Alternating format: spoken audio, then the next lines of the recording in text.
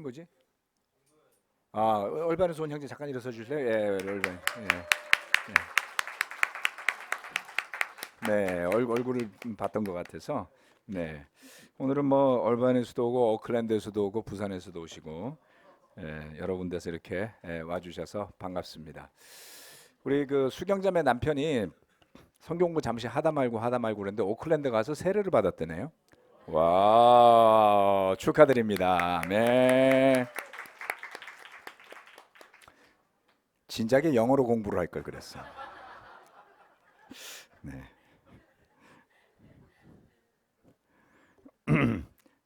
사람이 참 이렇게 하나님이 뜻하시는 길들이 있는 것 같습니다. 뭐 여러분들 중에서도 성경 공부하기 싫으신 분들 영어로 하시고 싶으면 이야기하세요. 예, 국제부도 많고, 네, 뭐 알아듣거나 말거나 해줄 수 있습니다. 자, 오늘 설교 말씀의 제목은 하나님 안에서입니다. 한 해 이제 올해 마지막 주일 예배인데 올해가 시작할 때 뭐 무슨 해였는지 기억나세요? 대부분 그냥 지나가셨죠? 예, 저도 뭐 검색해서 알았습니다만은 황금돼지의 해였다, 이렇게 기해년이다 이랬습니다. 그래서 연초에 뭐 대박이 날 것처럼 그러더니 아이고 IMF 이후에 제일 경제가 안 좋았답니다, 여러분. 네, 믿을 게 못 되죠, 황금돼지. 네. 그래서 황금돼지를 보내면서 제가 금색 넥타이를 찼습니다, 오늘은. 잘 가라 돼지야, 이렇게. 굿바이. 네. 어, 그 나쁜 이야기도 아닌데 개인 계획이죠. 네. 돼지야 잘 가라. 뜻하고 계획했던 일들이, 혹시는 바라던 일들이 성과를 내거나 잘 이루어졌습니까? 아멘. 그 중에는 또 이렇게 기도하고 했던 일들이 잘 이루어지신 분들도 있는 것 같고요. 또는 계획은 많았으나 된 일이 없는 것 같은 분들도 있을 것 같습니다. 뭐 대부분의 뭐 월급쟁이라고 표현하는 직장인들은 뭐 큰 변화는 없었을런지 모르지만 전반적인 경기 침체 이런 것들이 큰 압박감을 주셨는지도 모르겠습니다. 하나님 안에서 한 해를 돌아보면서 같이 말씀을 한번 읽어보도록 하겠습니다. 사도행전 17장 28절의 말씀입니다. 사도행전 17장 28절의 말씀인데요. 같이 한번 읽어보도록 하겠습니다. 시작. 여러분의 시인 가운데 어떤 이들도 우리도 하나님의 자녀이다 하고 말한 바와 같이 우리는 하나님 안에서 살고 움직이고 존재하고 있습니다. 아멘. 바울 사도가 아테네에서 했던 설교의 일부분이었죠. 그곳에 많은 사람들이 다양한 신들, 특히 아테네는 신의 종류가 많았습니다. 제가 한번 숫자를 세어보고 했는데 뭐 한 30명 정도 되더라고요. 신의 이름이.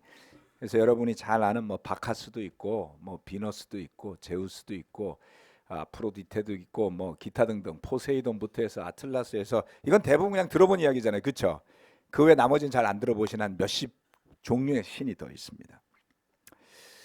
그런 사람들 가운데 그는 뚜렷한 진리를 전할 때 이렇게 이야기를 했습니다. 우리는 하나님 안에서 살고 하나님 안에서 움직이고 존재하고 있습니다 라고 전했습니다. 그렇습니다. 성경 말씀은 우리에게 어떤 가운데 우리가 살아가는지를 알려주고 있습니다. 여러분과 제가 가진 모든 것, 또는 우리가 해나가고 있는 모든 것, 그 모든 것들이 하나님 안에서 이루어지고 있는 일들인데 어떤 방향으로 우리는 지금 살아가고 있는 것일까요? 첫 번째, 하나님 안에서 뜻을 세우십시오. 네. 똑같은 바울 사도가 고린도후서 1장 17절 18절에서 이렇게 이야기를 했습니다. 내가 이런 계획을 세운 것이 변덕스러운 일이겠습니까? 또는 내가 육신의 생각으로 계획을 세우기를 아니요 하려는 속셈이면서도 예 하고 계획을 세우는 것이겠습니까? 하나님께서는 신실하십니다. 따라서 우리가 여러분에게 하는 말은 예 하면서 동시에 아니요 하는 것은 아닙니다. 그런 그의 진정성을 설파하면서 고린도 교회 신도들에게 이러한 이야기를 했습니다. 내가 계획을 세운 것이 변덕스러운 일이 아니었습니다. 저는 교활하게 속생각을 다르게 품고 있으면서 여러분에게 예라고 하거나 아니요 한 것이 아닙니다. 라는 진정성을 이야기할 때 한 가지 참고할 수 있는 것은 그가 계획을 잘 세우는 사람이었더라는 것입니다. 여러분 지나간 한 해가 어떠한 해였던지 간에 올 한 해가 어떤 해였던지 간에 뜻을 세우십시오. 왜냐하면 하나님께서 신실하시기 때문입니다. 요즘 연말에 이제 뭐 동문회도 하고 동창회도 하고 가족 모임도 하고 하시지 않나요? 네, 가족 모임도 있고 지난주는 제가 동문회 연말 파티를 다녀왔습니다. 연말 파티 성가시잖아요. 어떨 때는 그쵸? 네, 저는 한 6년 전인가 한번 갔었고요. 지금 아주 오랜만에 갔더니 다들 6년치씩 다 늙어 있었습니다. 그런데 그 중에 한 후배가 이런 이야기를 하더라고요. 제일 편한 건 누워서 유튜브 보는 거죠. 사람을 만나는 건 피곤한 일입니다만은 그래도 이렇게 만나야 살아있는 것 같습니다. 피곤한 일인 것 같지만 그래도 만나려고 나왔습니다. 이런 이야기를 합니다. 갈등하죠. 여러분 편하게 살고자 하십니까? 다 그러고 싶어요. 네, 고생하지 않고 싶죠. 그래서 고민합니다. 무슨 일을 하며 살아야 하나? 내가 직장이 지금 이 직장에서 계속 일하는 것이 하나님의 뜻일까? 무엇을 하면서 어디서 살아야 하겠는가? 과연 이것이 나에게 도움이 되는 것일까? 또는 나는 어떤 사람이 돼야 되겠는가? 라는 많은 고민을 하면서 사실 겁니다. 특히 이제 제가 50줄이 넘어서다 보니까 아직은 환갑은 한참 남은 젊은 나이인데도 불구하고 이제 많은 생각을 하게 됩니다. 이제 은퇴할 나이도 멀지 않았구나. 네, 10년을 계획해 보면 그렇죠. 10년 뒤에 저와 여러분 어디 가서 뭐 할지 어떻게 알겠습니까? 젊을 때 같지 않습니다. 어떤 과정을 통해서 어떻게 계획을 세우고 어떻게 하는지는 매우 중요합니다, 여러분. 우리 속담에 장구 끝에 악수 둔다는 말이 있습니다.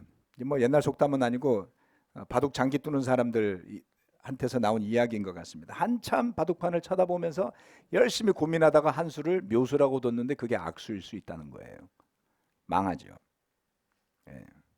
생각만 많이 하느라고 지치고 지친 나머지 정작 중요한 결정을 해야 할 때 후회할 만한 결정을 하신 적 혹시 없나요? 있을 겁니다, 여러분. 네. 왜일까요? 주님의 인도하심이 없기 때문입니다. 주님께서 저와 여러분을 어떻게 인도해 주셨는지를 돌아볼 수 있어야 합니다. 시편과 잠언 말씀인데요. 시편 37편 7절 말씀과 잠언 16장 9절 말씀을 같이 한번 이어서 읽어보겠습니다. 다 같이 읽어볼까요? 시작. 잠잠히 주님을 바라고 주님만을 애타게 찾아라. 가는 길이 언제나 평탄하다고 자랑하는 자들과 악한 계획도 언제나 이룰 수 있다는 자들 때문에 마음 상해하지 말아라. 사람이 마음으로 자기의 앞길을 계획하지만 그 발걸음을 인도하시는 분은 주님이시다. 아멘. 요즘처럼 우리나라가 제가 살아왔던 나라가 아닌 것 같다는 생각을 한 적이 없었습니다. 많은 문제가 있는 나라지만 죄를 지은 사람 또는 신문지상에 범죄 사실이 있는 것처럼 표현된 사람들을 편드는 일은 거의 없었던 것 같아요. 근데 최근 몇 년간에 세상이 어떻게 된 것인지, 악한 계획이라도 언제나 이룰 수 있다고 믿는 사람들이 늘어난 건지 원래 있었는지 있는데도 불구하고 몰랐는지 모르지만 정말 많아진 것 같습니다. 덕분에 마음들 상하시죠. 옳고 그름을 떠나서, 내가 지지하는 사람이고 아니고를 떠나서 지금 대한민국에 마음 상한 사람들이 많습니다. 그럴 때 어떻게 하라고요? 잠잠히 주님을 바라고 주님만을 애타게 찾으라고 이야기하고 있습니다. 우리는 계획을 세우되 내 목소리를 높이기 이전에 주님 안에서 내가 살아가고 있다는 것을 안다면, 바울 사도가 이야기했던 것처럼 예 아니오를 뒤집는 것이 아니라 신중하고 진지하게 하나님의 인도하심 가운데 계획을 세우셔야지 합니다. 그래서 성경 말씀은 우리가 그처럼 계획을 세운다라는 것을 인정해 주고 있어요. 사람이 마음으로 자기의 앞길을 계획한다고 했습니다. 그런데 저와 여러분이 계획하고 준비하는 그 길들이 과연 그 발걸음을 주님이 인도하고 계신지는 우리가 살펴봐야 되지 않겠습니까? 내 생각대로 무조건 되기만을 바라는 것이 아니라 지금 내가 가려고 하는 길이, 지금 내가 하려고 하는 선택이 과연 주님께서 인도해 주시는 길인지 아닌지를 반드시 살피셔야지 됩니다.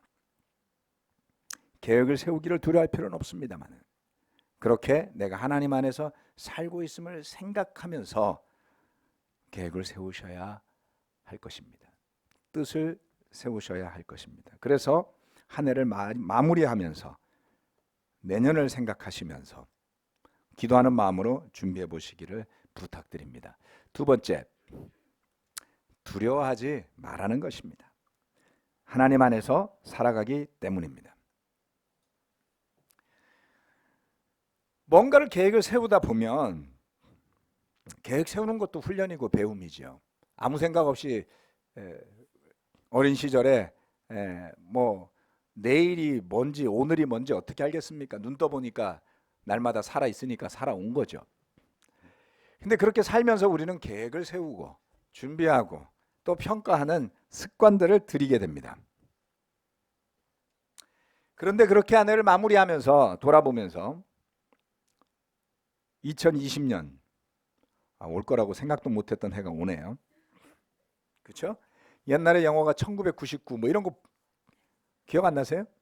80년대 나왔던 영화들 1999, 지구가 망하는 줄 알았어요. 예, 1999. 세상에, 그게 벌써 까마득한 옛날입니다, 여러분. 20년 전이에요. 예. 자, 20년은 아니에요. 10몇 년 전이네요. 성경 말씀을 살펴보면서 드는 생각은 이겁니다.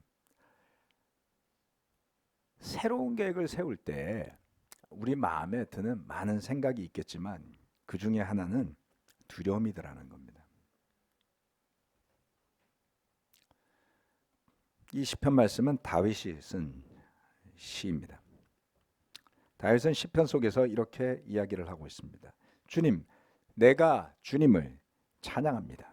내가 포위당했을 때 주님께서 나에게 놀라운 은총을 베푸셨기에 내가 주님을 찬양합니다. 내가 포위되었을 그때 나는 놀란 나머지 내가 이제 주님의 눈 밖에 났구나 생각하며 좌절도 했지만 주님께서는 내가 주님께 부르짖을 때에는 내 간구를 들어주셨습니다. 주님을 믿는 성도들아, 너희 모두 주님을 사랑하여라. 주님께서 신실한 사람은 지켜주시나 거만한 사람은 가차없이 벌하신다. 주님을 기다리는 사람들아, 힘을 내어라, 용기를 내어라. 기도하고 있습니다. 돌아보면 저는 비교적 겁없이 살았던 것 같습니다. 특별히 혼자 살았을 때요, 싱글일 때. 그런데 결혼도 하고 아이들도 태어나고 챙기고 책임져야 할 것들이 늘어났죠. 교회도 점점 커지고 늘어나고 맡은 책임들이 생겨났습니다. 혼자서는 뭐 어디서 뭘 하든지 못 먹고 살겠습니까? 텐트 하나만 있어도 잘 수도 있고 살 수도 있으니까요. 그렇죠? 예. 그런데 가족이 생기면 내 맘대로 하고 살 수는 없잖아요. 예. 우리 집에 4명 있는데 좋아하는 음식이 다 각각 다르거든요. 가끔 뭐 둘씩 맞을 때도 있지만 4명이 이구동성으로 다 좋아 이러는 음식 찾기는 상당히 어렵습니다. 그래서 휴가를 가면 각각 좋아하는 것을 한 가지씩 하면은 4일이 걸려요. 그렇게 각각의 필요가 다릅니다. 교회는 어떻습니까? 더하죠. 예, 그나마 가족이라는 이 혈육이라는 그런 테두리라도 있지. 우리 이제 믿음 안에 예수님이 주님이란 거 말고는 아무 공통점이 없어요. 예, 서로 주고받는 뭐 이해관계도 아닙니다. 비즈니스 관계도 아닙니다. 그래서 돌아서서 나 몰라 그러고 하면 끝인 거예요. 놀랍지 않나요? 예. 그래서 믿음이라는 게 중요한 겁니다. 믿음이 있을 때와 없을 때가 차이가 크죠. 그런데 제가 이 말씀을 드리는 이유는 뭐냐면 왜 두려움이 생기느냐를 설명해 드리고 싶은 거예요. 왜 두려움이 생기냐면 책임져야 할 것이 있기 때문에 그렇습니다. 지켜야 할 것이 있기 때문에 두려운 거예요. 왜요? 실패하면 너무나 많은 것을 잃어버리기 때문에 그렇습니다. 목회를 하면서 배운 가장 큰 교훈은 교회를 실험의 대상으로 삼지 말라는 거예요. 저는 가끔 그런 분들을 봤어요. 교회가 10명일 때는 모든 게 쉬워요. 왜요? 10명이 앉아서 이야기하고 가면 되니까 불만인 사람이 거의 없습니다. 교회가 30명이 되면 또 달라요. 그땐 리더들이 좀 필요해요. 교회가 100명이 되면 또 달라요. 교회가 커지면 커질수록 뭘 하나 하기가 어려운 겁니다. 왜요? 그 많은 사람에게 단순한 결정 하나가 수백 명에게 영향을 주기 때문에 그렇습니다. 때때로는 형제자매들이 저한테 와서 교회가 이래야 됩니다, 저래야 됩니다 할 때 저는 다 이해하겠어요. 하지만 어느 한 사람 뜻대로 이 교회는 절대 가지 못합니다. 그렇지 않나요? 심지어는 목사 마음대로 가는 것도 원하시지 않잖아요. 예? 그나마 제일 신뢰받는 권위가 주어진 그런 사람이라 할지라도 그 사람 마음대로 하는 교회 여러분 있고 싶지 않을 거예요. 예. 책임이 뒤따르니까. 그것은 무거운 책임이죠. 가족을 이끈다. 그렇죠? 예. 바이블톡을 이끈다. 교회를 이끈다. 또는 회사를 이끈다. 라고 하는 그 책임은 굉장히 큰 책임입니다. 그래서 두려움이 생기죠. 또 두려움이 생기는 이유 중에 하나는 이러한 것입니다. 돌아보니 많은 결정도 했고 많은 결과도 맛보았지만 실패도 있습니다. 여러분은 실패를 기억하시나요? 네. 어떤 사람은 실패를 전혀 생각 안 하려고 하죠. 어떤 사람은 실패만 생각하죠. 양극단은 좋지 않습니다. 실패도 성공도 같이 기억하십시오. 100% 성공만 하는 사람도 본 적이 없고 100% 실패만 하는 사람도 본 적은 없습니다. 그래서 우리는 더 조심스러워지게 됩니다. 예전엔 이런 이야기를 들으면 참 우습다고 생각했는데요. 환갑 넘은 아들에게 길 조심하라고 당부하는 부모님. 그렇죠? 제가 젊을 때는 환갑 넘은 할아버지한테 그 할아버지의 부모님이 길 조심하라 그러신데 우스갯소리를 이야기했었어요. 이제 제가 점점 그 나이가 돼가고 있습니다.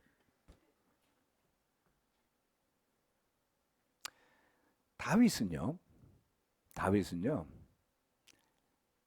포위를 당했습니다. 절망적인 상황이 되었어요.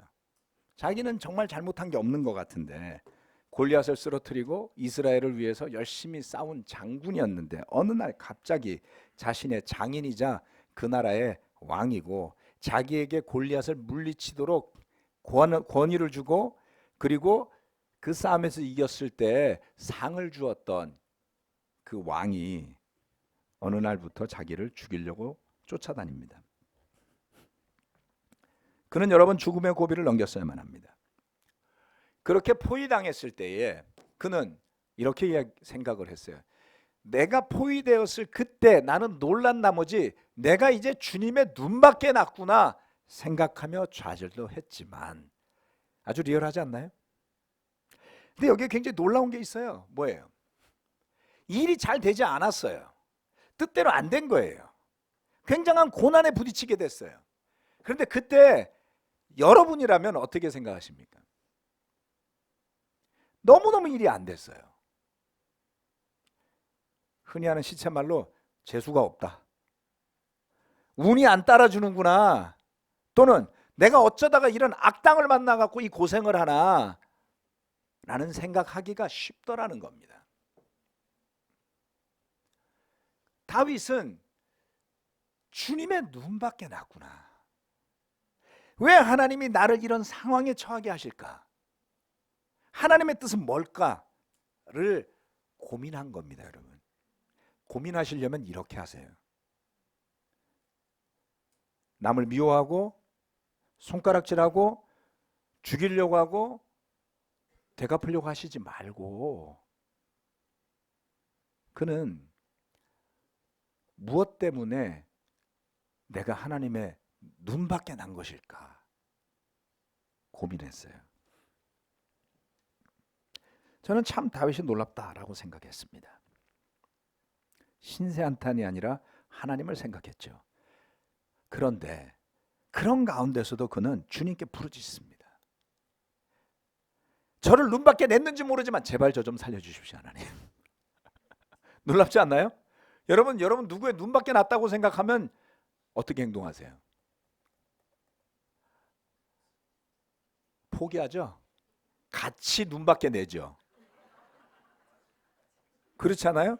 내가 당하고만 살겠어? 너 두고 봐. 이렇게 되갚아 주려고 하죠. 예. 부부가 그러면 곤란합니다, 여러분. 예. 그런데 다윗은 그런 와중에도 포기하지 않아요. 세상에서 경험한 일은 이것과 달랐습니다. 그렇지만 그는 하나님을 신뢰하고 있어요. 때로는 여러분이 세상에서 경험한 일을 가지고 하나님을 보려고 하면 반드시 넘어질 겁니다. 맞아요. 세상에서 눈밖에 나면 굉장히 괴롭죠. 예. 억울한 일도 당하게 되겠죠. 그런데 하나님께는 구했더니 그 간구를 들어주셨다 그랬어요. 그래서 이야기합니다. 주님을 믿는 성도들아, 주님을 사랑하여라. 이렇게 이야기를 했죠. 주님을 기다리는 사람들아, 하나님 안에서 살아라. 주님은 신실한 사람을 지켜주신다. 그래서 이렇게 이야기하는 거예요.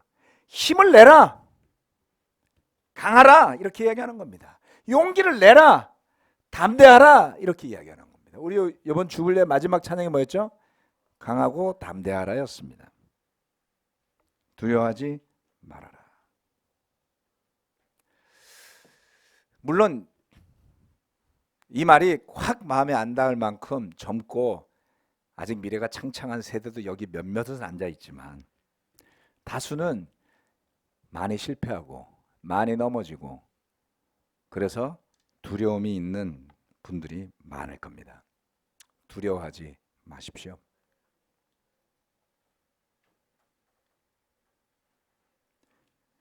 그래서 여러분 한번 검색해 보세요. 오늘 집에 가서 두려워하지 말아라 라고 성경을 검색하면 쫙 나와요. 누구부터? 아브라함부터. 우리도 예외가 아니겠죠. 그런데 그 두려워하지 말라는 말을 누가 하냐면 하나님이 해주시는 거예요. 저와 여러분에게 내 안에서 살고 있으니 두려워하지 말아라. 세 번째, 마지막. 그러니 하나님 안에서 우리의 감사가 넘치게 합시다.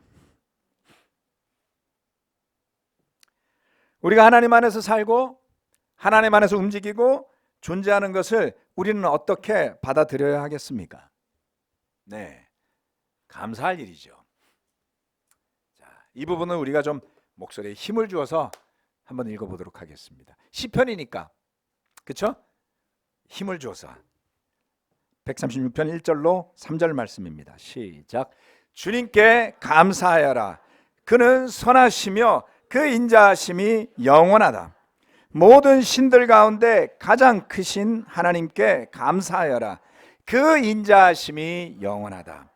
모든 주 가운데 가장 크신 주님께 감사하여라.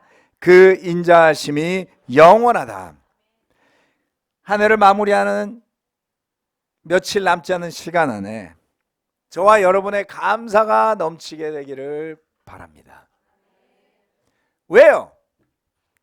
비록 이 나라의 위정자들이 신실하지 않았다 할지라도, 비록 여러분의 상사들이 그다지 나이스하지 않았다 할지라도, 또는 회사가 망했다 할지라도, 그 모든 것이 하나님 안에 있음을 우리가 믿을 수 있다면 우리는 하나님의 선하심과 영원하신 인자하심을 찬양할 수 있어야 하는 것이죠.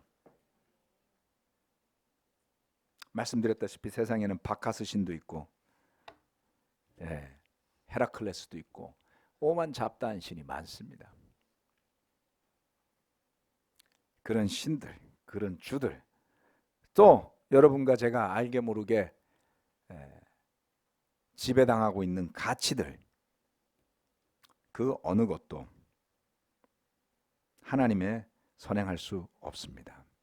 그의 인자심이 영원함 같이 저와 여러분과 함께할 다가오는 한 해 주님이 주실 인자하심도 여전할 겁니다. 그래서 하나님 안에서 우리의 감사가 넘치게 합시다. 어떤 일이 올해 있었다 할지라도 새로운 뜻을 세우고 계획하기를 두려워하지 마십시오. 그리고 감사가 넘치게 해서 그런 여러분의 넘치는 감사를 보는 형제 자매들이, 또는 그러한 여러분의 넘치는 감사를 보는 여러분의 이웃들이 그 하나님을 느낄 수 있는 시간들이 되기를 바라면서 말씀 마치겠습니다. 아멘.